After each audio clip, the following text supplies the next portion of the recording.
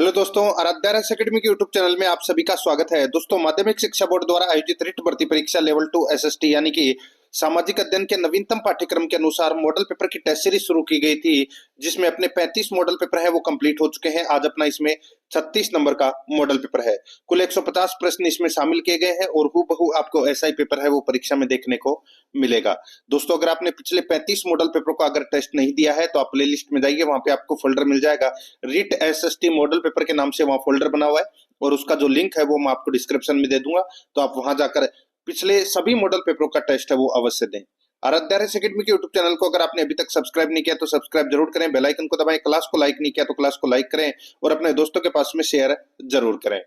दोस्तों, सबसे पहले अपन सामाजिक अध्ययन के 60 प्रश्न पढ़ेंगे, 91 से 150 तक। उसके बाद में 1 से 90 तक बाल विकास, हिंदी और संस्कृत से संबंधित प्रश्न है वो पढ़ेंगे।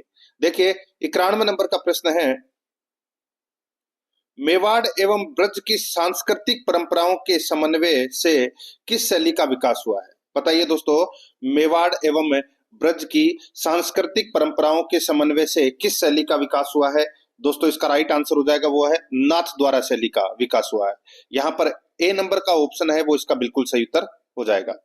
92 नंबर का प्रश्न है, इसमें देखिए, खानवा में बाबर के विरुद्ध राणा सांगा की सहायता के लिए किसके नेतृत्व में मारवाड़ी सेना भेजी गई थी? दोस्तों, उस समय मारवाड़ का शासक था राव गांगा और उन्होंने अपने पुत्र को भेजा था राणा सांगा की सहायता के लिए। तो दोस्तों, इसका राइट आंसर हो जाएगा किसके नेतृत्व में भेजी गई? तो दोस्तों, मालदेव के नेतृत्व में सेना है वो भेजी गई। यहां पर अपना इसमें राइट आंसर हो जाएगा बी नंबर का ऑप्शन बिल्कुल सही।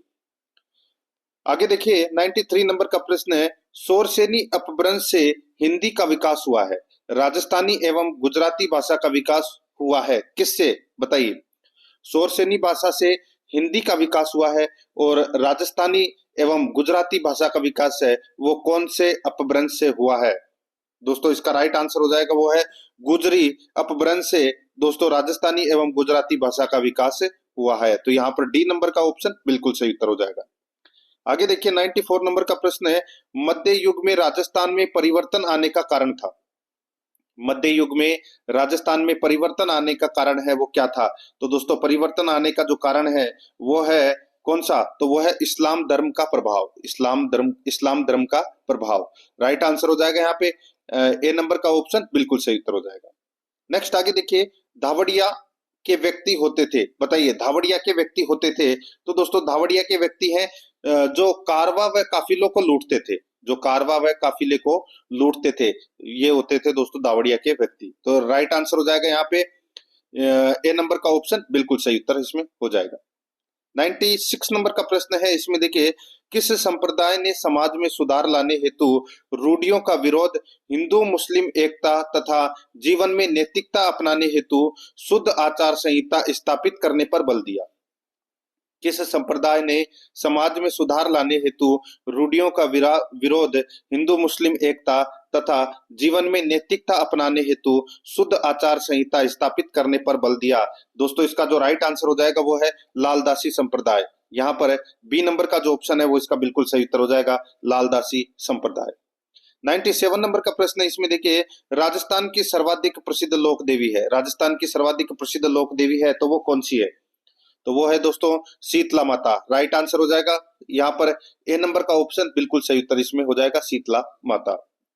98 नंबर का प्रश्न, इसमें देखिए, निम्नलिखित में से असंगत युग को अपने को यहाँ पर चुनना है कि असंगत युग में कौन सा है। एक तरफ हस्तकलाएं है, दूसरी तरफ स्थल है। तो दोस्तों देखिए, थेवा कला प्रतापगढ़ की प्रसिद्ध है, बिल्कुल सही है। लकड़ी के खिलौने बस्सी चित्तौड़गढ़ के प्रसिद्ध है। दोस्तों, यहाँ पे अलवर है वो गलत दे रखा है। तारकसी के जेवर नाथद्वारा के प्रसिद्ध है और फट चित्रण है ये शाहपुरा का प्रसिद्ध है। तो यहाँ पर असंगत को अपने को बताना था, बी नंबर का ऑप्शन इसका बिल्कुल सही उत्तर इसमें हो जाएगा। 99 नंबर का प्रश्न, इसमें देखिए, निम्नलिखित अभ्यारण्यों व उनके प्रमुख वृक्षों को सुमेलित कीजिए। निम्नलिखित अभ्यारण्यों व उनके प्रमुख वृक्षों को सुमेलित कीजिए। दोस्तों, एक तरफ अभ्यारण्य है तो दूसरी तरफ वृक्ष है। यहाँ पर देखिए दोस्तों, अपने को बताना है कि कौन से अभ्यारण्य में कौन सा वृक्ष है वो पाया जाता है। दोस्तों, यहाँ पर आप देख सकते हैं, देखिए, जयसमंद अभ्यारण्य में, दोस्तों जयसमंद अभ्यारण्य में कौन सा वृक्ष पाया जाता है? तो दोस्तों केवड़ा जो वृक्ष है ठीक है, ये जयसमंद अभ्यारण्य में पाया जाता है। और दर्रा दर्रा अभ्यारण्य के अंदर दोस्तों धोकड़ा वृक्ष है वो पाया जाता है। सीता माता अभ्यारण्य में दोस्तों सागवान के वन है वो पाए जाते हैं। और जमवा रामगढ़ में दोस्तों खस घास है वो पाई जाती है। तो यहाँ पर इस प्रश्न का जो राइट आंसर हो जाएगा वो है दोस्तों इसमें कौन सा, तो वो है 4213, 4213 अपना इसमें सही उत्तर हो जाएगा। तो यहाँ पे कूट भाषा में अगर अपन देखें तो देखिए सी नंबर का जो ऑप्शन है वो इसका बिल्कुल सही उत्तर इसमें हो जाएगा। 100 नंबर का प्रश्न इसमें देखिए, राजस्थान की पश्चिमी सीमा का कितना भाग पाकिस्तान से जुड़कर अंतरराष्ट्रीय सीमा बनाता है? राजस्थान की पश्चिमी सीमा का कितना भाग पाकिस्तान से जुड़कर अंतरराष्ट्रीय सीमा बनाता है? तो दोस्तों इसका राइट आंसर तो सभी को पता होगा 1070 किलोमीटर। यहाँ पर डी नंबर का जो ऑप्शन है वो इसका बिल्कुल सही उत्तर हो जाएगा 1070 किलोमीटर। आगे देखिए, माही नदी किन राज्यों में बहती है? माही नदी कौन से राज्यों में बहती है? तो दोस्तों मध्य प्रदेश से इसका उद्गम होता है। राजस्थान में बहती हुई ये कहां चली जाती है? गुजरात में। तो यहाँ पर इस प्रश्न का जो राइट आंसर हो जाएगा वो है दोस्तों मध्य प्रदेश, राजस्थान, गुजरात। यहाँ पर ए नंबर का ऑप्शन बिल्कुल सही उत्तर हो जाएगा। 102 नंबर का प्रश्न इसमें देखिए, निम्न में से असंगत युग्म को अपने को यहाँ पर बताना है कि कौन सा असंगत युग्म है। देखिए सर्वाधिक ठंडा स्थान कौन सा है? तो वो है माउंट आबू, बिल्कुल सही बात है। सर्वाधिक लू व आंधियों वाला जिला कौन सा है? सर्वाधिक लू व आंधियों वाला जिला कौन सा है? तो दोस्तों यहाँ पे जैसलमेर दे रखा है, गलत हो जाएगा। सर्वाधिक लू और आंधियों वाला जो जिला है वो है गंगानगर। ठीक है, गंगानगर में सर्वाधिक आंधियां आती है और आंधी आएगी तो दोस्तों लू तो चलेगी। ठीक है, आगे देखिए, राज्य में सबसे नजदीक बंदरगाह कौन सा है? तो राज्य में सबसे नजदीक बंदरगाह कौन सा है? तो वो है कांडला बंदरगाह। ठीक है, और सर्वाधिक वर्षा वाला जिला कौन सा है? तो वो है झालावाड़। बिल्कुल सही है, 40 दिन तक यहाँ पर वर्षा होती है, सर्वाधिक दिनों तक। तो यहाँ पर इसका राइट आंसर हो जाएगा बी नंबर का ऑप्शन बिल्कुल सही, क्योंकि ये असंगत है। 103 नंबर का प्रश्न इसमें देखिए, निम्न में असुमेलित है। दोस्तों निम्न में से असुमेलित कौन सा है वो अपने को बताना है। राज्य पशु कौन सा है? चिंकारा दे रखा है, बिल्कुल सही है। राज्य वृक्ष कौन सा है? तो खेजड़ी है, बिल्कुल सही है। राज्य पुष्प कौन सा है? तो रोइडा है, बिल्कुल सही है। राज्य पक्षी कौन सा है? तो दोस्तों यहाँ पर मोर है, वो गलत दे रखा है। और ये प्रश्न काफी संख्या में लोग है वो इस प्रश्न को गलत भी करते हैं। गोडाउन इसका राइट आंसर हो जाएगा। तो यहाँ पर डी नंबर का जो ऑप्शन है वो इसका बिल्कुल सही उत्तर इसमें हो जाएगा। आगे देखिए, यहाँ पे 104 नंबर का प्रश्न है, लाल श्रेणी उद्योग से अभिप्राय है। लाल श्रेणी उद्योग से अभिप्राय है, तो वो अभिप्राय क्या है? लाल श्रेणी उद्योग से अभिप्राय क्या है? तो दोस्तों अभिप्राय है सर्वाधिक प्रदूषण फैलाने वाले उद्योग। सर्वाधिक प्रदूषण फैलाने वाले उद्योग लाल श्रेणी उद्योग के अंतर्गत आते हैं। राइट आंसर हो जाएगा यहाँ पे ए नंबर का ऑप्शन बिल्कुल सही उत्तर इसमें हो जाएगा। आगे देखिए दोस्तों, यहाँ पे 105 नंबर का प्रश्न है, निम्न को सुमेलित करें। निम्न को सुमेलित करें। ठीक है दोस्तों, एक तरफ बांध है, दूसरी तरफ स्थान है। अब अपने को दोस्तों यहाँ पर सुमेलित करना है। देखिए जवाहर सागर बांध कहाँ पर है? तो दोस्तों आप सभी को पता होगा, ये जो जवाहर सागर बांध है ये कहाँ पर है? तो दोस्तों ये कोटा में है। राणा प्रताप सागर बांध कहाँ है? तो दोस्तों ये चित्तौड़गढ़ में है। उम्मेद सागर बांध कहाँ है?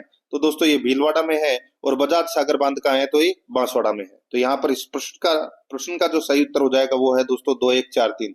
2143 अपना इसमें सही उत्तर हो जाएगा, यानी कि बी नंबर का ऑप्शन बिल्कुल सही। 106 नंबर का प्रश्न है, इसमें देखिए 1665 ईस्वी की पुरंदर की संधि किन के बीच हुई थी? दोस्तों पुरंदर की संधि है वो किन के बीच में हुई थी? तो ये शिवाजी और जयसिंह प्रथम के बीच में दोस्तों ये पुरंदर की संधि हुई थी। राइट आंसर हो जाएगा यहाँ पे बी नंबर का ऑप्शन बिल्कुल सही उत्तर हो जाएगा।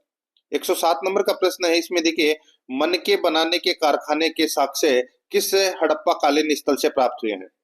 मनके बनाने के कारखाने के साक्ष्य किस हड़प्पा कालीन स्थल से प्राप्त हुए हैं? इसका जो राइट आंसर हो जाएगा वो है दोस्तों इसमें ये चंदूड़ो से प्राप्त हुए हैं। दोस्तों सी नंबर का जो ऑप्शन है वो इसका बिल्कुल सही उत्तर हो जाएगा, चंदूड़ो से। ठीक है, याद रखना। आगे देखिए दोस्तों, यहाँ पे 108 नंबर का प्रश्न है, आदि शंकराचार्य द्वारा स्थापित 4 मठ कहाँ स्थित है? आदि शंकराचार्य द्वारा स्थापित 4 मठ कहाँ स्थित है? तो दोस्तों ये 4 मठ है वो कहाँ पर है? तो दोस्तों एक तो है श्रृंगेरी में, दूसरा है द्वारका में, तीसरा है पुरी में, और चौथा है दोस्तों ज्योतिर्मठ है, यानी कि जोशी मठ में। ठीक है, तो यहाँ पर इसका राइट आंसर हो जाएगा वो है दोस्तों कौन सा बताइए?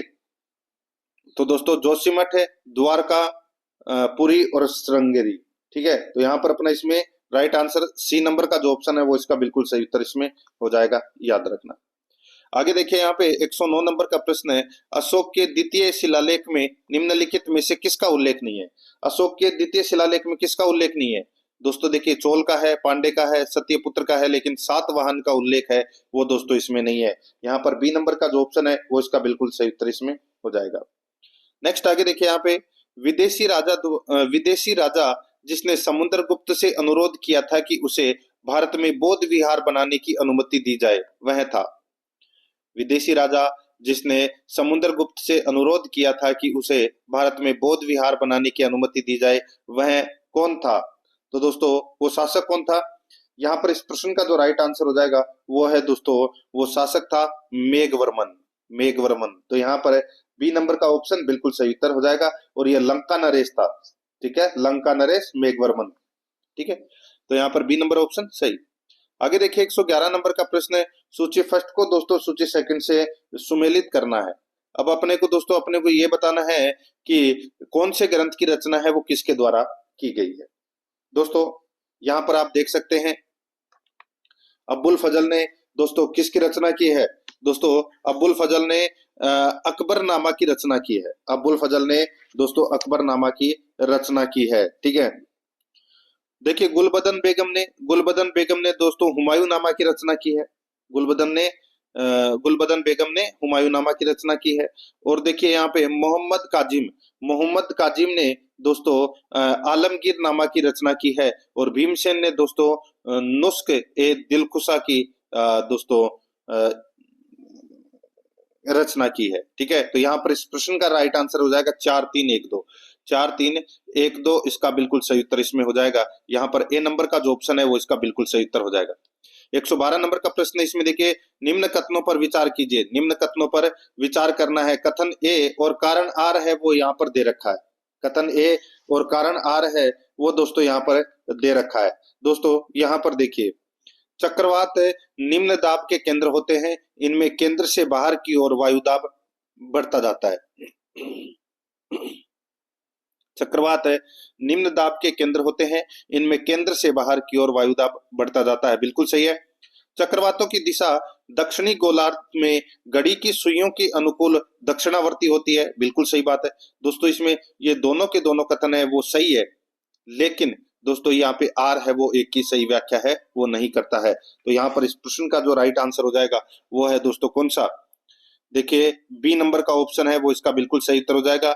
ए और आर दोनों सही है, परंतु आर एक की सही व्याख्या नहीं है। यहाँ पर बी नंबर ऑप्शन बिल्कुल सही।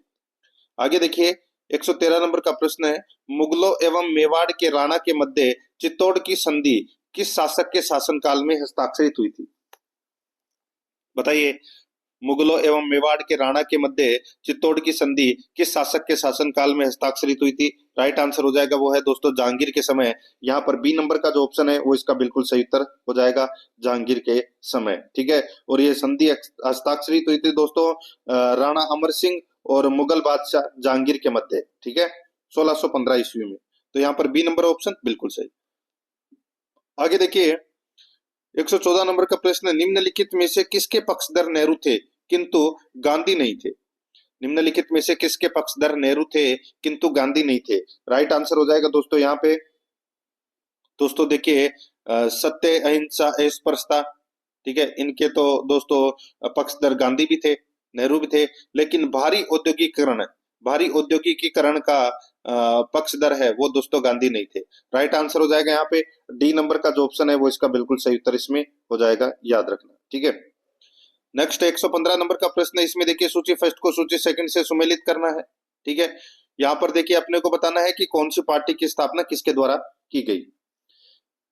दोस्तों यहाँ पर आप देख सकते हैं कांग्रेस सोशलिस्ट पार्टी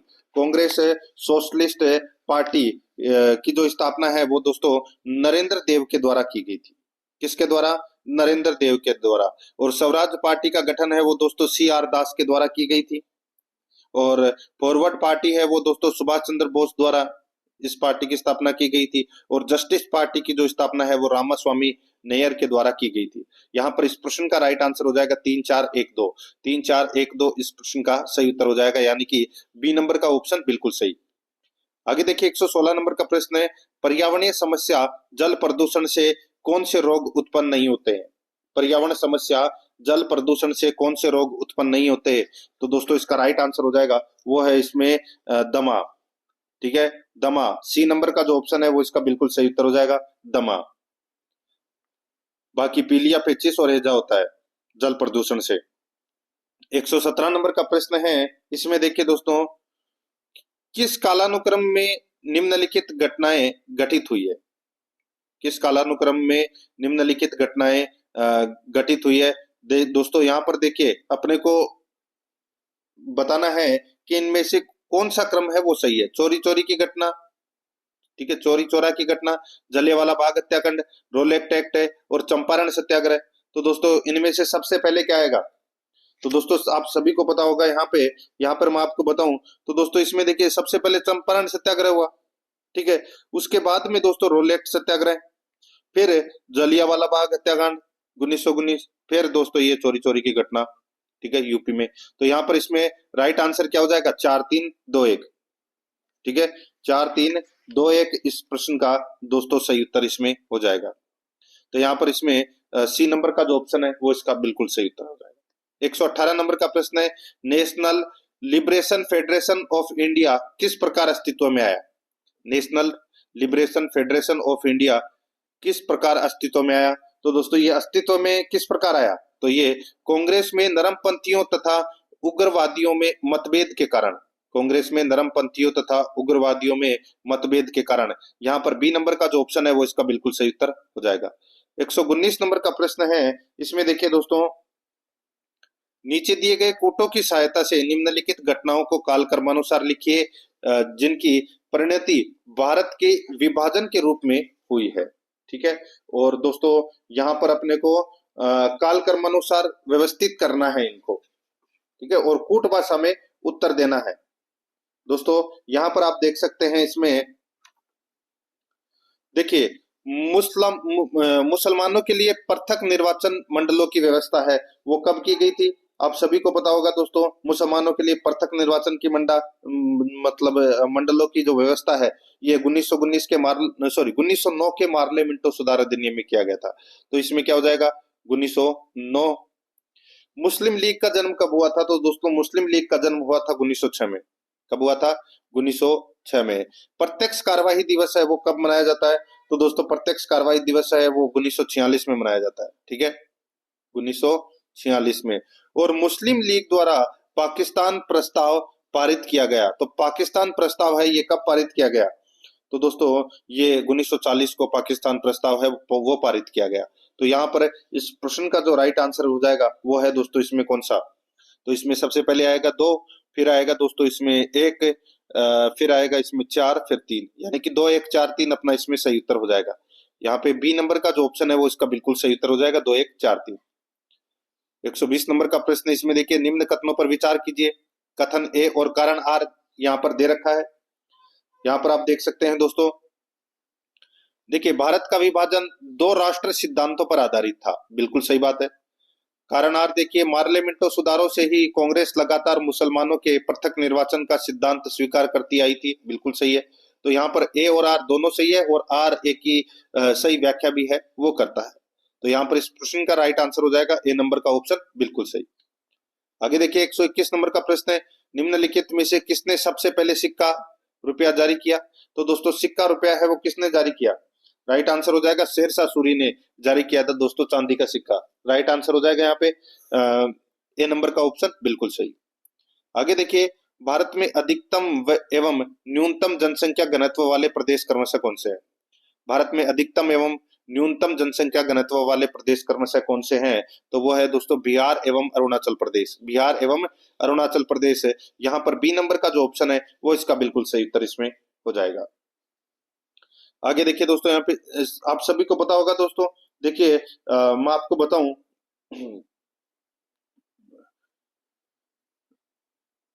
यहाँ पे मैं बात करूं तो दोस्तों भारत में अधिकतम जनसंख्या घनत्व है, तो दोस्तों अधिकतम जनसंख्या घनत्व तो किसका है? बिहार का। कितना है? 1106 व्यक्ति प्रति वर्ग किलोमीटर में निवास करते हैं। और अरुणाचल प्रदेश का है दोस्तों 17 व्यक्ति प्रति वर्ग किलोमीटर में। तो यहाँ पर इसमें बी नंबर का ऑप्शन बिल्कुल सही।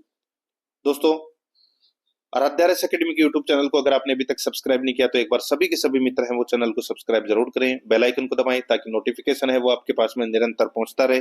और क्लास को लाइक नहीं किया तो एक बार सभी के सभी मित्र हैं वो क्लास को लाइक जरूर करें, फेसबुक व्हाट्सएप ग्रुप पे लिंक को शेयर जरूर करें।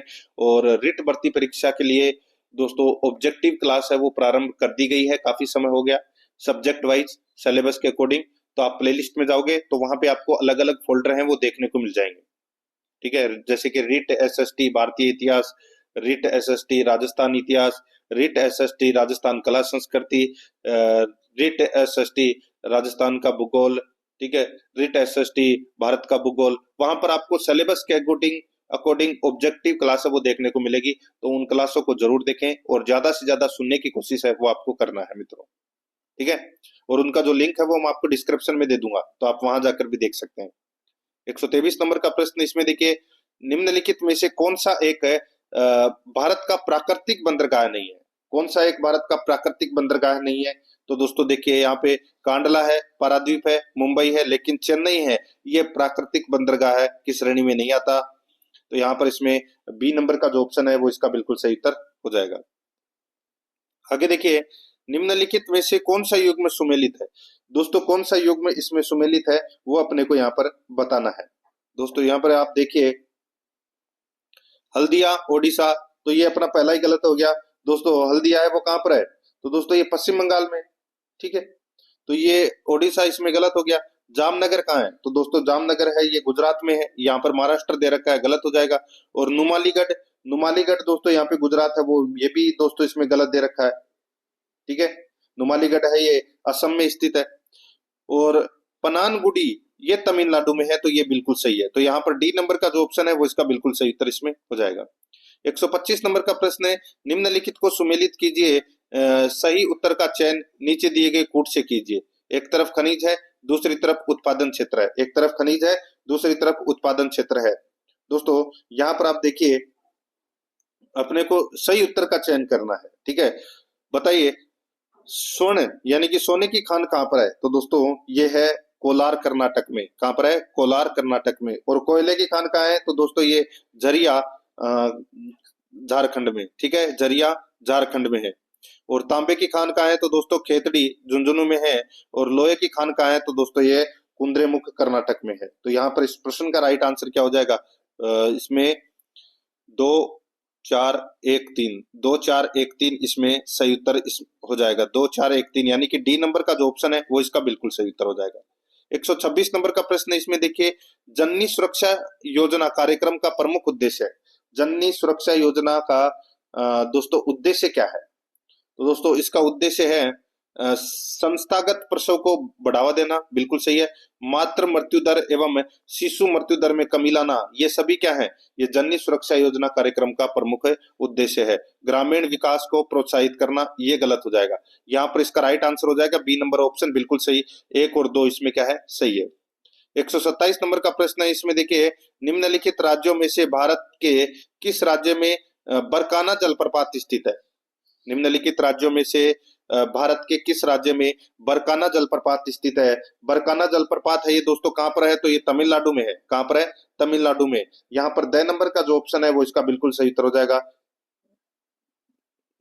कहां पर है? सॉरी सॉरी, तब बरकाना, दोस्तों बरकाना है ये तमिलनाडु में नहीं है, ठीक है। ये कहां पर है? तो दोस्तों ये सीता नदी पर स्थित है दोस्तों ये जलप्रपात, ठीक है। कहां पर है? दोस्तों ये सीता नदी पर ये स्थित है। और ये कर्नाटक राज्य के शिमोगा जिले में ये स्थित है, ठीक है। राइट आंसर हो जाएगा यहाँ पे बे नंबर का ऑप्शन, बिल्कुल सही उत्तर इसमें हो जाएगा, याद रखना, ठीक है। आगे देखिए दोस्तों, यहाँ पे सोन नदी निम्न में से किसकी सहायक नदी है? दोस्तों बताइए, सोन नदी निम्न में से किसकी सहायक नदी है? तो दोस्तों ये गंगा की सहायक नदी है। किसकी सहायक नदी है? तो दोस्तों गंगा की ये सहायक नदी है, ठीक है। और ये इसका उद्गम है वो अमरकंटक की पहाड़ियों से ये निकलती है और पटना से पहले ये गंगा नदी में मिल जाती है। राइट आंसर इसमें बे नंबर ऑप्शन हो जाएगा। आगे देखिए, निम्न में से कौन सही सुमेलित है? बताइए कौन सही सुमेलित है, वो दोस्तों अपने को यहाँ पर बताना है। दोस्तों सूची फर्स्ट में योजना या कार्यक्रम दे रखे हैं और सूची सेकंड में वर्ष दे रखा है। यहाँ पे देखिए अटल पेंशन योजना, अटल पेंशन योजना दोस्तों 2015 में शुरू की गई थी, बिल्कुल सही बात है। ठीक है, देखिए प्रधानमंत्री जीवन ज्योति बीमा योजना 2014 गलत हो जाएगा, प्रधानमंत्री जीवन बीमा योजना है वो 2015 में शुरू की गई थी ये भी। प्रधानमंत्री उज्ज्वला योजना 2018 गलत हो जाएगा, ये दोस्तों 2016 में शुरू की गई थी। राष्ट्रीय पोषण मिशन ये दोस्तों 2018 में शुरू किया गया था। ठीक है, 2019 ये भी गलत दे रखा है, तो यहाँ पर इसमें सिर्फ एक ही सही है, ए नंबर का ऑप्शन बिल्कुल सही। आगे देखिए 130 नंबर का प्रश्न है, कथन ए और कारण आर यहाँ पर दे रखा है। देखिए कोयले का अंतरराज्यीय परिवहन रेलवे द्वारा संपन्न किए जाने वाले परिवहन का एक है प्रमुख घटक है। ठीक है, तो दोस्तों बिल्कुल सही बात है। कारण आर देखिए बंगाल झारखंड कोयले की खदानें पश्चिमोत्तर राज्यों को कोयला आपूर्ति का प्रमुख स्रोत है, तो दोस्तों बिल्कुल सही बात है। तो यहाँ पर दोस्तों देखिए कथन तो है वो दोनों यानी कि दोनों ही है वो यहाँ पर सही है, कथन ए और कथन आर दोनों ही सही है, लेकिन यहाँ पे आर है वो एक ही सही व्याख्या है वो नहीं करता क्योंकि दोनों स्टेटमेंट अलग है। तो यहाँ पर इसमें राइट आंसर क्या हो जाएगा, वो है बी नंबर का जो ऑप्शन है वो इसका बिल्कुल सही उत्तर इसमें हो जाएगा। आगे देखिए 131 नंबर का प्रश्न है, भारत में दो अग्रणी कोयला उत्पादक राज्य हैं। तो दोस्तों भारत में दो अग्रणी कोयला उत्पादक राज्य हैं, तो वो है दोस्तों झारखंड और छत्तीसगढ़, झारखंड और छत्तीसगढ़। तो यहाँ पर बी नंबर का ऑप्शन बिल्कुल सही उत्तर हो जाएगा, झारखंड और छत्तीसगढ़। आगे देखिए निम्नलिखित में से कौन सुमेलित नहीं है, निम्नलिखित में से कौन सुमेलित नहीं है वो दोस्तों अपने को यहाँ पर बताना है। दोस्तों यहाँ पर देखिए नाथुला, नाथुला दर्रा अरुणाचल प्रदेश, ये गलत हो जाएगा। दोस्तों ये नाथुला दर्रा है ये कहाँ पर है बताइए, सभी को पता होगा दोस्तों नाथुला दर्रा कहाँ पर है, सिक्किम में, गलत दे रखा है ये अरुणाचल प्रदेश। तो यहाँ पर है दोस्तों देखिए क्या बताना था, कौन सा एक सुमेलित नहीं है, तो यहाँ पे पहला ही सुमेलित नहीं है दोस्तों, पहला ही है वो सुमेलित नहीं है। बाकी लिपुलेख है दर्रा है ये उत्तराखंड में है, रोहतांग दर्रा है ये हिमाचल प्रदेश में है, पालघाट है ये केरल में है। ठीक है, राइट आंसर हो जाएगा यहाँ पे ए नंबर का ऑप्शन बिल्कुल सही।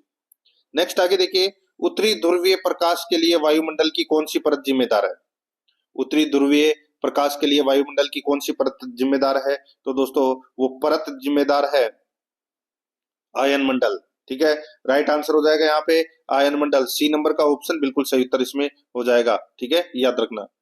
आगे देखिए 134 नंबर का प्रश्न है, निम्नलिखित में से किसे संसद को संबोधित करने का अधिकार प्राप्त है, संसद को संबोधित करने का अधिकार है वो किसको प्राप्त है, तो वो दोस्तों इनमें से बताना है। तो दोस्तों भारत के महान्यायविद को, दोस्तों भारत के महान्यायविद को संसद को संबोधित करने का अधिकार प्राप्त होता है। यहाँ पर अपना इसमें ए नंबर का ऑप्शन राइट आंसर हो जाएगा। दोस्तों महान्यायवादी है ये भारत सरकार का विधि अधिकारी होता है, और भारत का महान्यायवादी न तो संसद का सदस्य होता है और न मंत्रिमंडल का सदस्य होता है, ये भी आपको इसमें याद रखना है। तो यहाँ पर ए नंबर ऑप्शन बिल्कुल सही। आगे देखिए भारत की संसद के संबंध में निम्नलिखित में से कौन सा कथन सही नहीं है, भारत की संसद के संबंध में निम्नलिखित में से कौन सा कथन सही नहीं है वो दोस्तों अपने को यहाँ पर बताना है। यहाँ पर आप देख सकते हैं इसमें देखिए संविधान में एक संसदीय प्रणाली की सरकार का प्रावधान है, बिल्कुल सही बात है। संसद का सर्व प्रमुख कार्य मंत्रिमंडल का प्रावधान करना है, बिल्कुल सही बात है। मंत्रिमंडल की सदस्यता निम्न सदन तक सीमित है, ये कथन है वो दोस्तों इसमें क्या हो जाएगा, गलत है। दोस्तों किसी भी सदन के सदस्य है वो मंत्रिमंडल का हिस्सा है वो हो सकते हैं, राज्यसभा के भी हो सकते हैं, लोकसभा के भी हो सकते हैं। तो यहाँ पे दोस्तों ये निम्न सदन है ये यहाँ पे गलत दे रखा है, निम्न और उच्च दोनों के हो सकते हैं। ठीक है, आगे देखिए मंत्रिमंडल को लोकप्रिय सदन में बहुमत का विश्वास प्राप्त रहना चाहिए, बिल्कुल सही बात है, ये भी कथन सही है। तो यहाँ पे सही कथन कौन सा नहीं है, सी नंबर का, तो यहाँ पर सी नंबर ऑप्शन बिल्कुल सही।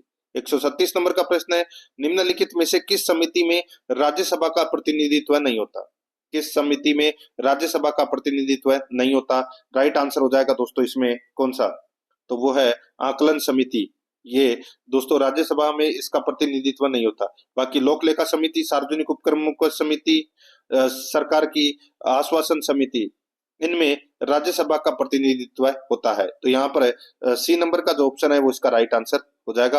आकलन समिति है, ये लोकसभा की समिति है, ठीक है, इसमें राज्यसभा के सदस्य शामिल नहीं होते। आगे देखिए 137 नंबर का प्रश्न है, पंचायतों एवं नगर पालिकाओं के संबंध में भारतीय संविधान में किस वर्ष प्राविधान किया गया? तो दोस्तों ये किया गया, बताइए कब? तो आप सभी को पता होगा, पंचायतों एवं नगर पालिकाओं से संबंधित एक तो 73वां संविधान संशोधन और एक 74वां संविधान संशोधन, ठीक है। तो ये 1993 में प्रावधान लागू किए गए थे। तो यहाँ पर डी नंबर का ऑप्शन बिल्कुल सही उत्तर हो जाएगा। 138 नंबर का प्रश्न इसमें देखिए, ध्यान आकर्षण सूचना के प्रावधान प्रस्ताव के निम्नलिखित में से किसके क्षेत्र को सीमित किया गया? बताइए, ध्यान आकर्षण सूचना के प्रावधान ने निम्नलिखित में से किसके क्षेत्र को सीमित किया गया है? तो दोस्तों इसका राइट आंसर हो जाएगा, इसमें क्या होता है कि इसके अंतर्गत दोस्तों सदस्य है वो लोक महत्व के विषय में प्रश्न उठाते हैं, ठीक है। और ध्यान आकर्षण प्रस्ताव ने स्थगन प्रस्ताव के प्रावधान को प्रभावित किया है। तो यहाँ पर अपना इसमें राइट आंसर हो जाएगा सी नंबर का जो ऑप्शन है वो इसका बिल्कुल सही उत्तर हो जाएगा। 139 नंबर का प्रश्न, सूची फर्स्ट को सूची सेकंड से सुमेलित करना है। यहाँ पर देखिए अनुच्छेद 14 है, ये समानता के अधिकार से संबंधित है।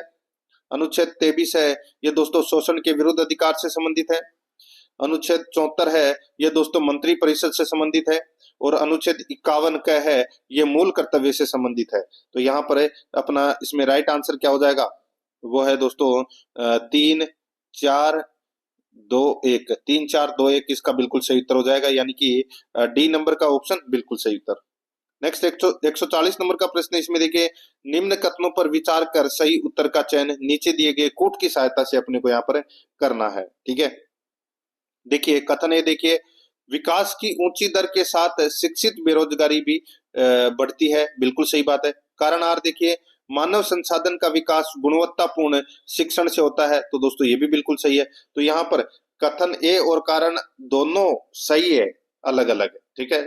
तो यहाँ पर आर है वो एक ही सही व्याख्या नहीं करता, तो यहाँ पर कौन सा ऑप्शन हो जाएगा अपना? यहाँ पर देखिए आर एक ही सही व्याख्या नहीं करता, तो यहाँ पर बी नंबर का जो ऑप्शन है वो इसका बिल्कुल सही उत्तर इसमें हो जाएगा।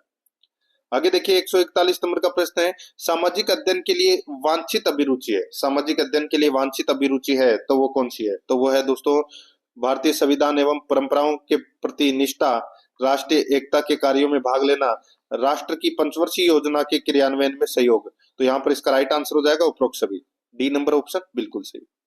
आगे देखिए पूछताछ आधारित अधिगम का उद्देश्य नहीं है। पूछताछ आधारित अधिगम का उद्देश्य कौन सा नहीं है?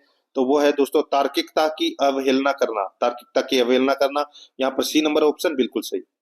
आगे देखिए निम्न में से कौन सा परियोजना कार्य का दोष नहीं है? कौन सा परियोजना कार्य का दोष नहीं है? यहाँ पर आप देख सकते हैं स्वयं मूल्यांकन में सहायक, स्वयं मूल्यांकन में सहायक है। तो यहाँ पर सी नंबर का ऑप्शन बिल्कुल सही उत्तर हो जाएगा, ये दोष नहीं है, बाकी तीनों दोष है। आगे देखिए निम्न में से कौन सा मूल्यांकन अध्ययन अध्याय के बीच में होता है? कौन सा मूल्यांकन अध्ययन अध्याय के बीच में होता है? राइट आंसर हो जाएगा वो है निर्माणात्मक मूल्यांकन, निर्माणात्मक मूल्यांकन, बी नंबर ऑप्शन बिल्कुल सही। 145 नंबर का प्रश्न है, सामाजिक अध्ययन शिक्षण के माध्यम से छात्र किस प्रकार लाभान्वित होते हैं? सामाजिक अध्ययन शिक्षण के माध्यम से छात्र किस प्रकार लाभान्वित होते हैं? तो दोस्तों ये लाभान्वित होते हैं, छात्र अपनी कमियां जान पाते हैं, छात्र कक्षा में प्रतिस्पर्धा करते हैं, छात्र अपनी योग्यता में सुधार लाने का प्रयास करता है। तो इसका राइट आंसर हो जाएगा उपरोक्त सभी, डी नंबर का ऑप्शन बिल्कुल सही। 146 नंबर का प्रश्न इसमें देखिए, निम्न में से कौन से कारक बच्चों के सीखने के प्रतिफल में बाधा साबित होता है, सफलता के रूप में बाधा साबित होता है? बताइए कौन से कारक है बच्चों के सीखने के प्रतिफल में सफलता के रूप में बाधा साबित होता है? इसका राइट आंसर हो जाएगा वो है दोस्तों मार्गदर्शन का अभाव, विद्यालय से भाग जाना, जिज्ञासा की कमी। तो यहाँ पर इसका राइट आंसर हो जाएगा उपरोक्त सभी। आगे देखिए 147 नंबर का प्रश्न है, सामाजिक अध्ययन शिक्षण में वाद विवाद पद्धति से छात्रों में किस प्रकार का विकास होता है? सामाजिक अध्ययन शिक्षण में वाद विवाद पद्धति से छात्रों में किस प्रकार का विकास होता है? तो दोस्तों किस प्रकार का विकास होता है? आलोचनात्मक चिंतन का विकास, तर्क शक्ति का विकास, सामूहिक निर्णय लेने की क्षमता का विकास। तो यहाँ पर इसका राइट आंसर हो जाएगा उपरोक्त सभी। डी नंबर ऑप्शन बिल्कुल सही। 148 नंबर का प्रश्न इसमें देखिए, एक अध्यापक अपने विद्यार्थियों के मस्तिष्क को क्रियाशील रखकर उनकी विचार शक्ति, गंभीर चिंतन, सोचने व तर्क करने की क्षमता को बढ़ाना चाहता है, तो उसे किस प्रकार का प्रश्न विद्यार्थियों के समक्ष प्रस्तुत करना चाहिए? तो वो है दोस्तों कौन सा प्रश्न है? तो दोस्तों वो है विचारात्मक प्रश्न। राइट आंसर हो जाएगा यहाँ पे डी नंबर का ऑप्शन बिल्कुल सही उत्तर हो जाएगा। विचारात्मक प्रश्न विद्यार्थियों के समक्ष प्रस्तुत करना चाहिए। आगे देखिए, विद्यालय को समुदाय के निकट लाने के लिए किन उपायों को अपनाना चाहिए? तो दोस्तों कौन से उपायों को अपनाना चाहिए? सर्वेक्षण, क्षेत्र पर्यटन, समाज सेवा, परियोजना कार्य। राइट आंसर हो जाएगा ये सभी। डी नंबर का ऑप्शन बिल्कुल सही। 150 नंबर का प्रश्न है, सामाजिक अध्ययन की आवश्यकता है। सामाजिक अध्ययन की आवश्यकता है तो दोस्तों लोकतंत्र की सफलता के लिए, विश्व शांति के लिए, अंतर्राष्ट्रीय सद्भावना के लिए, उपरोक्त सभी के लिए। तो यहाँ पर डी नंबर ऑप्शन बिल्कुल सही उत्तर हो जाएगा। अब अपन आगे 1 से 90 तक प्रश्न है वो पढ़ेंगे, बाल विकास, हिंदी और संस्कृत से संबंधित। तो दोस्तों देखिए, पहला प्रश्न है, एक विद्यार्थी मेडिकल कॉलेज में दाखिला लेने के लिए कठिन परिश्रम करता है ताकि वह प्रवेश परीक्षा में उत्तीर्ण हो सके। यह विद्यार्थी किस रूप से अभिप्रेरित है? बताइए, यह विद्यार्थी किस रूप से अभिप्रेरित है? तो यह अभिप्रेरित है दोस्तों आंतरिक रूप से अभिप्रेरित है। यहाँ पर सी नंबर का जो ऑप्शन है वो इसका बिल्कुल सही उत्तर है, इसमें हो जाएगा। ठीक है, आगे देखिए दोस्तों, अपना इसमें सेकंड नंबर का प्रश्न है, कारक जो व्यवहार में स्थायी और अस्थायी के बीच का परिवर्तन लाता है। बताइए, वह कारक जो व्यवहार में स्थायी और अस्थायी के बीच परिवर्तन लाता है तो वो कौन सा है? राइट आंसर हो जाएगा इसमें वो है परिपक्वन। यहाँ पर सी नंबर का ऑप्शन बिल्कुल सही उत्तर हो जाएगा, परिपक्वन। आगे देखिए, 3 नंबर प्रश्न है, प्राथमिक शिक्षक के लिए बाल मनोविज्ञान का ज्ञान आवश्यक है क्योंकि। प्राथमिक शिक्षक के लिए बाल मनोविज्ञान का ज्ञान आवश्यक है क्योंकि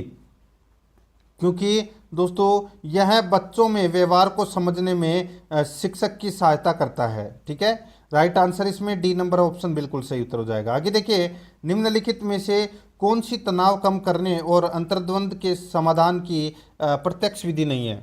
निम्नलिखित में से कौन सी तनाव कम करने और अंतर्द्वंद के समाधान की प्रत्यक्ष विधि नहीं है? अपना इसमें राइट आंसर हो जाएगा वो है दोस्तों इसमें उदात्तीकरण। यहाँ पर सी नंबर का ऑप्शन राइट आंसर हो जाएगा, उदात्तीकरण। आगे देखिए, शिक्षा के क्षेत्र में निम्नलिखित में से सबसे महत्वपूर्ण होता है। शिक्षा के क्षेत्र में निम्नलिखित में से सबसे महत्वपूर्ण होता है, इसका राइट आंसर हो जाएगा सबसे महत्वपूर्ण होता है दोस्तों विद्यार्थी। यहाँ पर बी नंबर का ऑप्शन बिल्कुल सही उत्तर हो जाएगा, विद्यार्थी। आगे देखिए, 6 नंबर का प्रश्न है, एक बालक पहाड़े सीख कर उसका उपयोग गुणा और भाग करने में करता है, अधिगम स्थानांतरण के जिस प्रकार का यह उदाहरण है। एक बालक पहाड़े सीख कर उसका उपयोग गुणा और भाग करने में करता है, अधिगम स्थानांतरण के जिस प्रकार का यह उदाहरण है।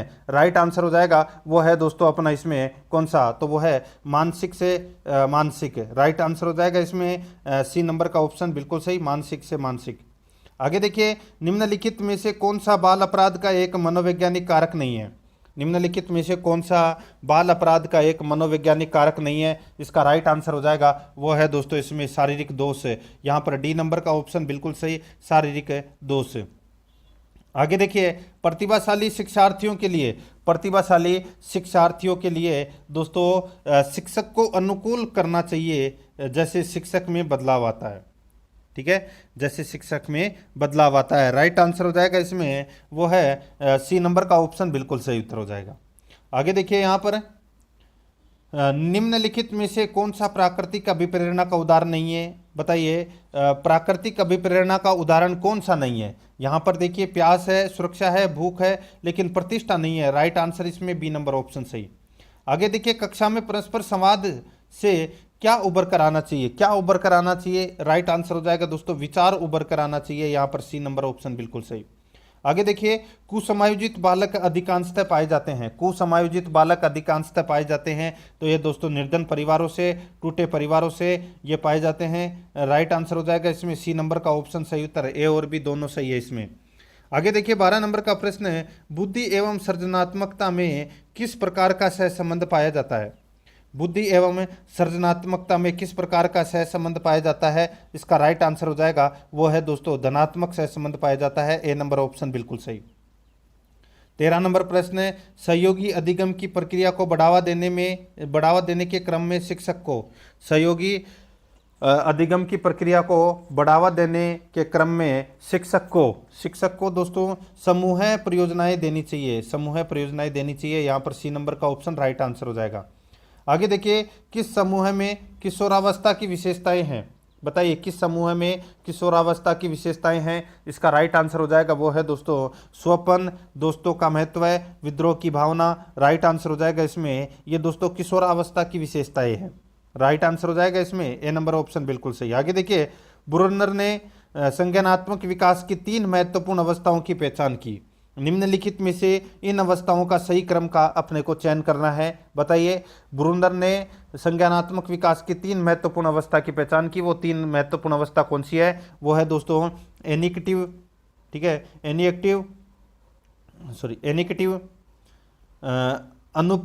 प्रतीकात्मक। तो यहाँ पर इसमें राइट आंसर बी नंबर का ऑप्शन बिल्कुल सही उत्तर हो जाएगा। आगे देखिए, समावेशित विद्यालय योजना के संदर्भ में कौन सा कथन गलत है? समावेशित विद्यालय योजना के संदर्भ में कौन सा कथन गलत है? दोस्तों इसमें कथन गलत हो जाएगा इसमें कौन सा? तो वो है इसमें दोस्तों विशेष आवश्यकता वाले विद्यार्थियों में आत्महीनता की भावना का विकास। विशेष आवश्यकता वाले विद्यार्थियों में आत्महीनता की भावना का विकास, यहाँ पर सी नंबर का ऑप्शन राइट आंसर इसमें हो जाएगा। आगे देखिए, टीएटी व्यक्तित्व परीक्षण की कौन सी विधि का प्रकार है? टीएटी व्यक्तित्व परीक्षण की कौन सी विधि का प्रकार है? इसका राइट आंसर हो जाएगा वो है दोस्तों प्रेक्षेपी। यहाँ पर डी नंबर का ऑप्शन बिल्कुल सही उत्तर हो जाएगा प्रेक्षेपी। आगे देखिए, निम्न में से कौन कोहलबर्ग के नैतिक विकास की एक अवस्था है?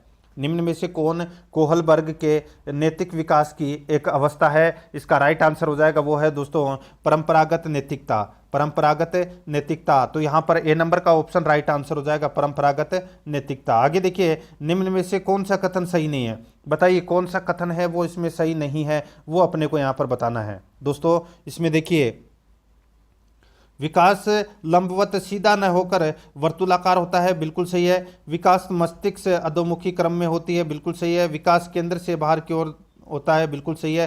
राइट आंसर इसमें बी नंबर का ऑप्शन राइट आंसर हो जाएगा। विकास की गति की दर एक सी होती है, यहाँ पर बी नंबर ऑप्शन बिल्कुल सही।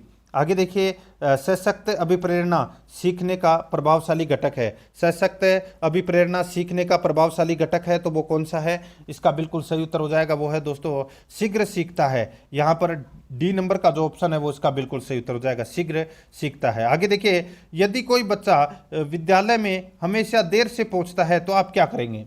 यदि कोई बच्चा विद्यालय में हमेशा देर से पहुंचता है तो आप क्या करेंगे? तो दोस्तों तो आप क्या करेंगे? बच्चे से बातचीत कर कारण जानने का प्रयास करेंगे। राइट आंसर हो जाएगा इसमें डी नंबर ऑप्शन बिल्कुल सही। आगे देखिए, निम्नलिखित में से कौन सी तार्किकता का उपयोग वाणिज्य विषय में तार्किक निष्कर्षों को बताने में किशोर अपनी क्षमता को विकसित करने हेतु करते हैं? निम्नलिखित में से कौन सी तार्किकता का उपयोग वाणिज्य विषय में तार्किक निष्कर्षों को बताने में किशोर अपनी क्षमता को विकसित करने हेतु करते हैं? इसका राइट आंसर हो जाएगा वो है दोस्तों इसमें निगमन तार्किकता। यहाँ पर डी नंबर का ऑप्शन बिल्कुल सही उत्तर हो जाएगा। आगे देखिए, निम्नांकित में से किस मनोवैज्ञानिक को मौलिक व्यवहारवादी के रूप में वर्णित किया जाता है? निम्नांकित में से किस मनोवैज्ञानिक को मौलिक व्यवहारवादी के रूप में वर्णित किया जाता है? इसका राइट आंसर हो जाएगा वो है दोस्तों इसमें स्किनर। यहाँ पर डी नंबर का ऑप्शन बिल्कुल सही उत्तर हो जाएगा स्किनर। आगे देखिए, 24 नंबर का प्रश्न है, अनुदेशन उद्देश्यों को कहते हैं। अनुदेशन उद्देश्यों को कहते हैं, इसका राइट आंसर हो जाएगा वो है विशिष्ट उद्देश्य कहते हैं। यहाँ पर ए नंबर का ऑप्शन बिल्कुल सही, विशिष्ट उद्देश्य। आगे देखिए, 25 नंबर का प्रश्न है, शिक्षण के संबंध में कौन सा कथन सही नहीं है? शिक्षण के संबंध में कौन सा कथन सही नहीं है? तो यहाँ पर देखिए, शिक्षण व्यावसायिक गतिविधि है, शिक्षण व्यावसायिक गतिविधि है। यहाँ पर बी नंबर का जो ऑप्शन है वो इसका बिल्कुल सही उत्तर है, इसमें हो जाएगा। आगे देखिए, 26 नंबर का प्रश्न है, बच्चों में स्वेगात्मक संघर्ष उत्पन्न होता है तो बहुत अधिक होता है। बच्चों में स्वेगात्मक संघर्ष उत्पन्न होता है तो बहुत अधिक होता है किससे? राइट आंसर हो जाएगा ये होता है दोस्तों क्रोध से। यहां पर ए नंबर ऑप्शन बिल्कुल सही, क्रोध से। आगे देखिए 20वीं शताब्दी बच्चे की शताब्दी कहलाती है, यह किसने कहा था? ये कहा था दोस्तों किसने? तो ये क्रो और क्रो ने कहा था, क्रो एंड क्रो ने कहा था। यहां पर ए नंबर ऑप्शन बिल्कुल सही। आगे देखिए हर्बर्ट के द्वारा दिए गए पाठ योजना की उपागम के चरणों का उपयुक्त तार्किक क्रम क्या है? हर्बर्ट के द्वारा दिए गए पाठ योजना उपागम के चरणों का उपयुक्त तार्किक क्रम है तो वो कौन सा है? इसका राइट आंसर हो जाएगा, वो तार्किक क्रम है दोस्तों, प्रस्तावना, प्रस्तुतिकरण, तुलना, सामान्यकरण, अनुप्रयोग। राइट आंसर हो जाएगा इसमें सी नंबर का ऑप्शन बिल्कुल सही। आगे देखिए गेने के अनुसार अधिगम का उच्चतम स्तर कौन सा है? गेने के अनुसार अधिगम का उच्चतम स्तर कौन सा है? इसका राइट आंसर हो जाएगा वो है दोस्तों समस्या समाधान अधिगम, समस्या समाधान अधिगम। यहां पर डी नंबर का ऑप्शन बिल्कुल सही उत्तर हो जाएगा। 30 नंबर का प्रश्न इसमें देखिए सीखने के वक्र। दोस्तों सीखने के वक्र सीखने की प्रगति के सूचक हैं, सीखने की प्रगति के सूचक हैं। यहां पर ए नंबर का ऑप्शन बिल्कुल सही उत्तर हो जाएगा। देखिए भाषा फर्स्ट है, हिंदी से संबंधित प्रश्न है दोस्तों। यहां पर आप देख सकते हैं दोस्तों 31 नंबर का प्रश्न है, ठीक है। 31 से 60 तक अपन हिंदी के प्रश्न पढ़ेंगे। देखिए व्याकरण शब्द का संधि विच्छेद क्या होगा? दोस्तों बताइए, यह लव के आगे अगर आधा कटा हुआ अक्षर आए तो दोस्तों उसमें यण संधि का प्रयोग होता है। यहाँ पे आपको पता चल गया होगा दोस्तों, वी प्लस आकरण इसका राइट आंसर हो जाएगा। ए नंबर ऑप्शन बिल्कुल सही, यण संधि का प्रयोग हुआ है। आगे देखिए कमलापति त्रिपाठी ने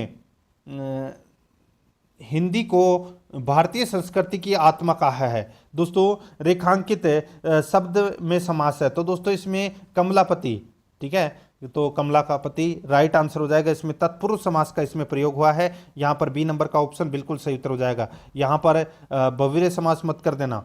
आगे देखिए अस्तित्व शब्द का सही पर्याय नहीं है। बताइए अस्तित्व शब्द का सही पर्यायवाची कौन सा नहीं है, वो अपने को यहाँ पर बताना है। यहाँ पे आप देख सकते हैं दोस्तों, देखिए सत्ता, मौजूदगी, अस्थि, अवस्थिति, उपस्थिति, मौजूदगी, विद्यमानता, वजूद, हस्ती, ये सभी हैं, ये अस्तित्व के पर्यायवाची हैं। लेकिन देखिए अनुपस्थिति ये नहीं है दोस्तों, ठीक है। यहाँ पर सी नंबर का ऑप्शन राइट आंसर हो जाएगा।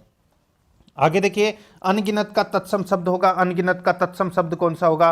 राइट आंसर हो जाएगा अगणित है। यहाँ पर ए नंबर का ऑप्शन बिल्कुल सही उत्तर हो जाएगा अगणित। आगे देखिए उदाहरण शब्द में कौन सा उपसर्ग लगाने पर सोदाहरण शब्द बनेगा?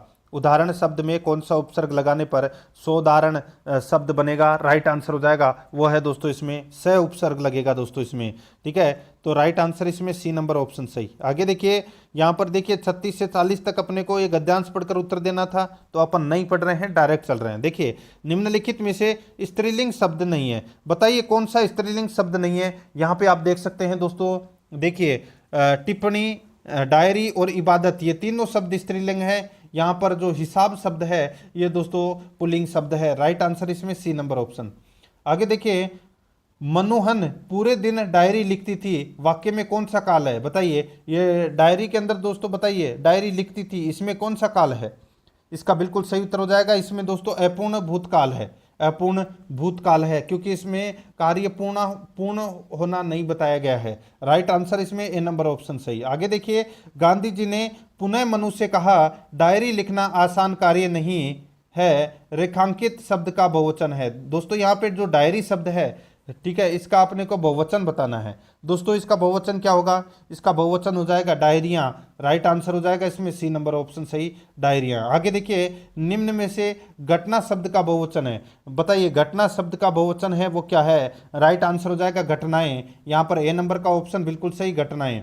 आगे देखिए छोटी छोटी घटना को निष्पक्ष रूप से लिखना चाहिए, छोटी छोटी घटना को निष्पक्ष रूप से लिखना चाहिए। रेखांकित पद का अर्थ है, तो दोस्तों रेखांकित पद का अर्थ क्या है? तो वो है बिना किसी स्वार्थ के लिखना, बिना किसी स्वार्थ के लिखना। यहाँ पर सी नंबर का ऑप्शन राइट आंसर हो जाएगा।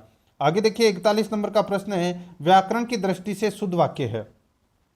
व्याकरण की दृष्टि से शुद्ध वाक्य कौन सा है? इसमें शुद्ध वाक्य है दोस्तों, देखिए एक ही बताऊंगा, शीघ्र ही वह आंदोलन देशव्यापी हो गया, ये दोस्तों इसमें शुद्ध वाक्य है। राइट आंसर हो जाएगा इसमें बी नंबर का ऑप्शन बिल्कुल सही उत्तर हो जाएगा। देखिए दर्शनीय स्थल है, देखने योग्य आ गया, दर्शनीय आ गया। दर्शनीय का मतलब भी दोस्तों इसमें यह देखने योग्य होता है। ये दोनों चीज दे रखी है, इनमें से एक ही आएगा, ठीक है।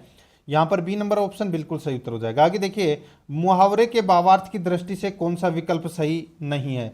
तो कौन सा विकल्प इसमें सही नहीं है वो अपने को यहाँ पर दोस्तों बताना है कि कौन सा विकल्प सही नहीं है। देखिए, बाल की खाल निकालना, बहुत परिश्रम करना, ये गलत है दोस्तों, ठीक है। यानी कि जड़ तक पहुंचना, बात की जड़ तक पहुंचना, ये होता है बाल की खाल निकालना, ठीक है।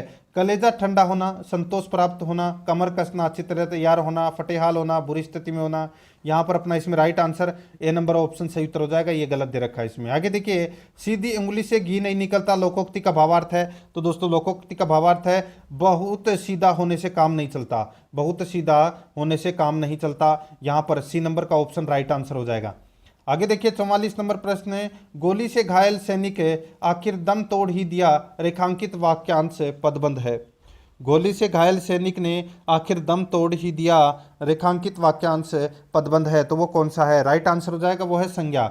यहाँ पर ए नंबर का ऑप्शन बिल्कुल सही उत्तर हो जाएगा, संज्ञा। आगे देखिए, 45 नंबर का प्रश्न है, विराम चिन्ह है, बताइए विराम चिन्ह, ये चिन्ह दे रखा है, ये कौन सा है चिन्ह? राइट आंसर हो जाएगा वो है दोस्तों ये अर्ध विराम चिन्ह है। राइट आंसर हो जाएगा इसमें ए नंबर ऑप्शन बिल्कुल सही। आगे देखिए, हिंदी भाषा के शिक्षण के रूप में आपके लिए सबसे कम महत्वपूर्ण है। हिंदी भाषा के शिक्षण के रूप में आपके लिए सबसे कम महत्वपूर्ण है, तो वो क्या है? इसका सही उत्तर हो जाएगा दोस्तों, वो है अपना इसमें कौन सा? तो वो है संवैधानिक मूल्यों की जानकारी। यहाँ पर सी नंबर का ऑप्शन राइट आंसर हो जाएगा, संवैधानिक मूल्यों की जानकारी। आगे देखिए, प्राथमिक स्तर पर एक अध्यापिका संज्ञा पढ़ाते समय पहले संज्ञा की परिभाषा बताती है, उसके बाद उससे संबंधित उदाहरण समझाती है। अध्यापिका व्याकरण शिक्षण की कौन सी विधि अपनाती है? अध्यापिका व्याकरण शिक्षण की कौन सी विधि अपनाती है? इसका राइट आंसर हो जाएगा वो है दोस्तों, वो विधि अपनाती है दोस्तों कौन सी? तो वो निगमन विधि अपनाती है। यहाँ पर सी नंबर का ऑप्शन राइट आंसर हो जाएगा। आगे देखिए, आदर्श हिंदी शिक्षक के लिए आवश्यक है, आदर्श हिंदी शिक्षक के लिए आवश्यक है। इसका राइट आंसर हो जाएगा वो है दोस्तों हिंदी साहित्य का ज्ञान, शुद्ध उच्चारण, व्याकरण का ज्ञान। राइट आंसर हो जाएगा उपरोक्त सभी। यहाँ पर डी नंबर का जो ऑप्शन है वो इसका बिल्कुल सही उत्तर हो जाएगा। 9 नंबर का प्रश्न है, भाषा शिक्षण के सिद्धांत हैं, भाषा शिक्षण के सिद्धांत हैं, इसका राइट आंसर हो जाएगा वो है दोस्तों इसमें जीवन से जोड़कर सीखना, जीवन से जोड़कर सीखना। यहाँ पर बी नंबर का ऑप्शन बिल्कुल सही उत्तर, सॉरी यहाँ पर देखिए इसमें भाषा शिक्षण के सिद्धांत हैं क्रिया द्वारा लिखना, क्रिया द्वारा सीखना, ठीक है, क्रिया द्वारा सीखना, जीवन से जोड़कर सीखना, अभिप्रेरणा का सिद्धांत। तो इसका राइट आंसर हो जाएगा उपरोक्त सभी है, ये भाषा शिक्षण के सिद्धांत है, ठीक है। आगे देखिए, यहाँ पे भाषा शिक्षण की कौन सी विधि मातृभाषा को मध्यस्थ बताए बिना दूसरी भाषा को सीखने पर बल देती है? भाषा शिक्षण की कौन सी विधि मातृभाषा को मध्यस्थ बनाए बिना दूसरी भाषा को सिखाने पर बल देती है? इसका राइट आंसर हो जाएगा वो है दोस्तों प्रत्यक्ष विधि। यहाँ पर ए नंबर का ऑप्शन बिल्कुल सही उत्तर हो जाएगा, प्रत्यक्ष विधि। आगे देखिए, भाषा कौशल के संदर्भ में सत्य कथन कौन सा है? सत्य कथन कौन सा है वो अपने को यहाँ पर बताना है। देखिए, भाषा कौशल 4 प्रकार के होते हैं दोस्तों, भाषा कौशल 4 प्रकार के होते हैं, ठीक है दोस्तों। दैनिक जीवन के लिए उपयोगी, सुनना, पढ़ना, बोलना, लिखना के क्रम में होते हैं। राइट आंसर हो जाएगा इसमें उपरोक्त सभी, ठीक है। यहाँ पर डी नंबर ऑप्शन बिल्कुल सही। आगे देखिए, महक ड के स्थान पर र उच्चारित करता है, महक ड के स्थान पर र उच्चारित करता है, यह क्या है दोस्तों? यह मौखिक कौशल में निपुणता प्राप्त करने में बाधा उत्पन्न करेगा। राइट आंसर हो जाएगा इसमें सी नंबर ऑप्शन बिल्कुल सही। आगे देखिए, सस्वर पठन का मुख्य उद्देश्य है, सस्वर पठन का मुख्य उद्देश्य क्या है? तो दोस्तों बच्चों की पढ़ने की झिझक समाप्त करना, इसमें बी नंबर का ऑप्शन राइट आंसर हो जाएगा। आगे देखिए, गद्य शिक्षण का मूल उद्देश्य है, गद्य शिक्षण का मूल उद्देश्य कौन सा है? इसका राइट आंसर हो जाएगा वो है दोस्तों इसमें बताइए कौन सा?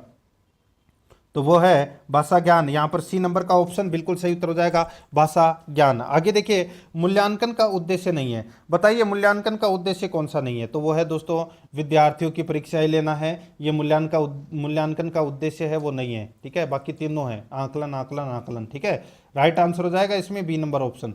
आगे देखिए, अनुज अक्सर अपनी कॉपी में कुछ न कुछ लिखता रहता है, एक भाषा शिक्षक होने के नाते आपकी क्या प्रतिक्रिया होगी? आपकी क्या प्रतिक्रिया होगी दोस्तों? आपकी प्रतिक्रिया होगी, वह मन की बात की अभिव्यक्ति चाहता है, अतः उसके लेखन को कक्षा में प्रदर्शित किया जाए। यहाँ पर ए नंबर ऑप्शन बिल्कुल सही उत्तर हो जाएगा। आगे देखिए, मौन वाचन का मुख्य लाभ है कूट के आधार पर सत्य है।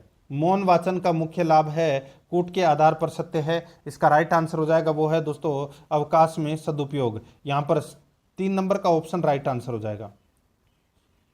देखिए इसमें मौन वाचन का मुख्य लाभ, ठीक है, कूट के आधार पर, यानी कि अपने को कूट भाषा में क्या करना है दोस्तों? उत्तर देना है। कूट भाषा में अपने को उत्तर देना है। बहुत ही अच्छा प्रश्न है और ये प्रश्न दोस्तों परीक्षा की दृष्टि से अत्यंत महत्वपूर्ण है। यहाँ पर देखिए दोस्तों, इसमें शारीरिक वृद्धि, किताब का सदुपयोग, अवकाश में सदुपयोग, ज्ञान की वृद्धि, बताइए कूट भाषा में अपने को उत्तर देना है। तो यहाँ पर देखिए दोस्तों, मौन वाचन का जो मुख्य लाभ है वो है दोस्तों ज्ञान की वृद्धि, ठीक है। यहाँ पे ज्ञान की वृद्धि यानी कि 4 नंबर का ऑप्शन राइट आंसर हो जाएगा, ज्ञान की वृद्धि। कूट भाषा में भी अपना इसमें राइट आंसर हो जाएगा दोस्तों केवल 4, ठीक है। यहाँ पर अपना इसमें राइट आंसर हो जाएगा केवल 4, ठीक है। आगे देखिए, यहाँ पर 58 नंबर का प्रश्न है, अभिकर्मित अनुदेशन में नहीं पाया जाता है। अभिकर्मित अनुदेशन में नहीं पाया जाता है, क्या नहीं पाया जाता है दोस्तों? प्राथमिक चर उपागम नहीं पाया जाता है। यहाँ पर बी नंबर का ऑप्शन बिल्कुल सही उत्तर हो जाएगा। आगे देखिए, 59 नंबर प्रश्न है, निम्न में से प्रकृति के आधार पर शिक्षण सहायक सामग्री है, बताइए शिक्षण सहायक सामग्री है वो कौन सी है दोस्तों? दृश्य श्रव्य राइट आंसर हो जाएगा उपरोक्त सभी। डी नंबर ऑप्शन बिल्कुल सही। 60 नंबर प्रश्न है, भाषा सीखने सिखाने के संबंध में कौन सा कथन सही नहीं है? भाषा सीखने सिखाने के संबंध में कौन सा कथन सही नहीं है? इसका राइट आंसर हो जाएगा वो है भाषा विद्यालय में अर्जित की जाती है। भाषा विद्यालय में अर्जित की जाती है। यहाँ पर सी नंबर का ऑप्शन बिल्कुल सही उत्तर हो जाएगा। अब दोस्तों यहाँ पे देखिए, संस्कृत से संबंधित अपने को यहाँ पे प्रश्न पढ़ने हैं 61 से लेके और 90 तक, ठीक है। गद्यांश को पढ़कर उत्तर देना था, अपन गद्यांश नहीं पढ़ रहे हैं, डायरेक्ट चल रहे हैं। यहाँ पे देखिए, सर्वस्य लोचनम किम, सर्वस्य लोचनम किम, तो इसका राइट आंसर हो जाएगा शास्त्रम। यहाँ पर ए नंबर ऑप्शन बिल्कुल सही। आगे देखिए, संसारे इतस्य विशेषण किम, बताइए राइट आंसर क्या हो जाएगा? संसारे इतस्य विशेषण किम, सही उत्तर हो जाएगा इसमें वो है परिवर्तनी। राइट आंसर हो जाएगा इसमें सी नंबर ऑप्शन बिल्कुल सही। आगे देखिए, विहाय इत्यत्र कै प्रत्यय, विहाय इत्यत्र कै प्रत्यय, सही उत्तर हो जाएगा इसमें लेफ प्रत्यय। डी नंबर ऑप्शन बिल्कुल सही। आगे देखिए, उन्मार्गगामिनी पदे कै संधि, बताइए इसमें कौन सी संधि है? उन्मार्गगामिनी है। राइट आंसर हो जाएगा दोस्तों इसमें है अनुनासिक संधि। राइट आंसर हो जाएगा इसमें डी नंबर ऑप्शन बिल्कुल सही। यहाँ पर देखिए, इसमें समय हुआ है दोस्तों 1:45 बजे हैं, ठीक है, 1:45 बजे हैं। देखिए, मध्याह्ने वादने विद्यालयात गृहम आगच्छामि, तो यहाँ पे खालिस्तान में क्या आएगा? इसमें आएगा दोस्तों इसमें देखिए सपादेक, सपादेक आएगा दोस्तों इसमें। राइट आंसर इसमें बी नंबर का ऑप्शन बिल्कुल सही। सॉरी, देखिए पादोन 1, ठीक है, पादोन 1 आएगा इसमें। राइट आंसर इसमें ए नंबर का जो ऑप्शन है वो इसका बिल्कुल सही उत्तर हो जाएगा, पादोन 1, ठीक है। आगे देखिए दोस्तों, यहाँ पे देखिए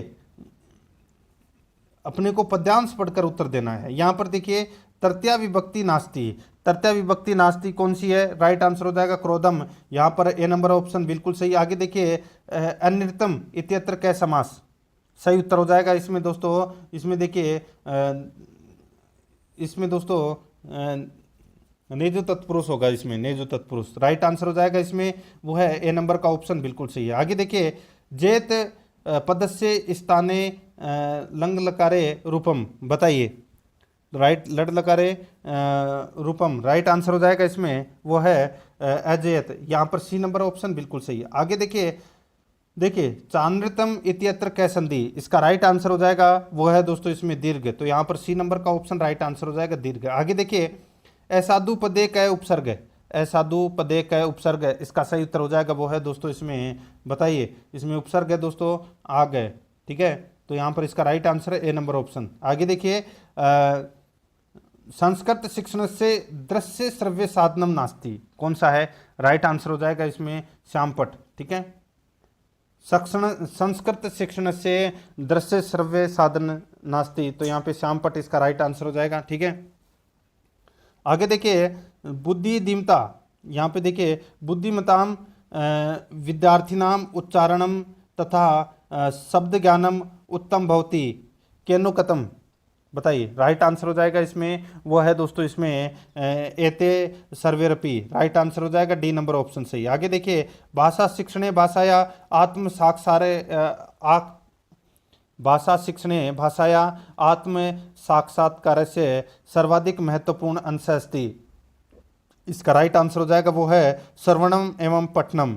यहाँ पर डी नंबर ऑप्शन बिल्कुल सही उत्तर हो जाएगा। आगे देखिए भाषा शिक्षणे बलहीन विद्यार्थिनाम कृते अत्यंतम उपयुक्ता पद्धति का। इसका राइट आंसर हो जाएगा वो है दोस्तों इसमें व्यक्तिगत शिक्षणम। यहाँ पर सी नंबर का ऑप्शन राइट आंसर हो जाएगा। आगे देखिए भारतीय यथशास्त्र से कस्या शिक्षणाय महती आवश्यकता अस्ति। राइट आंसर हो जाएगा इसमें वो है दोस्तों इसमें का अपि तीसर भाषा। ठीक है, तो यहाँ पर इसमें right answer D number option हो जाएगा। आगे देखिए निम्नलिखितेषु का वा पद्धति शिक्षण पद्धति उच्यते। इसका सही उत्तर हो जाएगा वो है दोस्तों इसमें रुचि पद्धति, प्रेरणा पद्धति, चयन पद्धति। इसका राइट आंसर हो जाएगा उपयुक्त सर्वमपि। डी नंबर ऑप्शन बिल्कुल सही। आगे देखिए इतस्य कतिभेदा। सही उत्तर हो जाएगा वो है दोस्तों अष्टादश। यहाँ पर ए नंबर ऑप्शन बिल्कुल सही। आगे देखिए जो जैसा बीज बोता है वैसा ही फल प्राप्त करता है। इसका संस्कृत में अनुवाद करना है, क्या होगा? ये हो जाएगा दोस्तों यो यदौपति बीजम लभते सो अपि तत्फलम। राइट आंसर इसमें सी नंबर ऑप्शन हो जाएगा। आगे देखिए रामय वनम गच्छति। दोस्तों यहाँ पे अस्य वाक्य से वाच्य परिवर्तनम कुरु। राइट आंसर हो जाएगा इसमें वो है दोस्तों रामेण वनम गम्यते। यहाँ पर बी नंबर ऑप्शन बिल्कुल सही। आगे देखिए लोभम न कर्तव्य उचित चिनुत।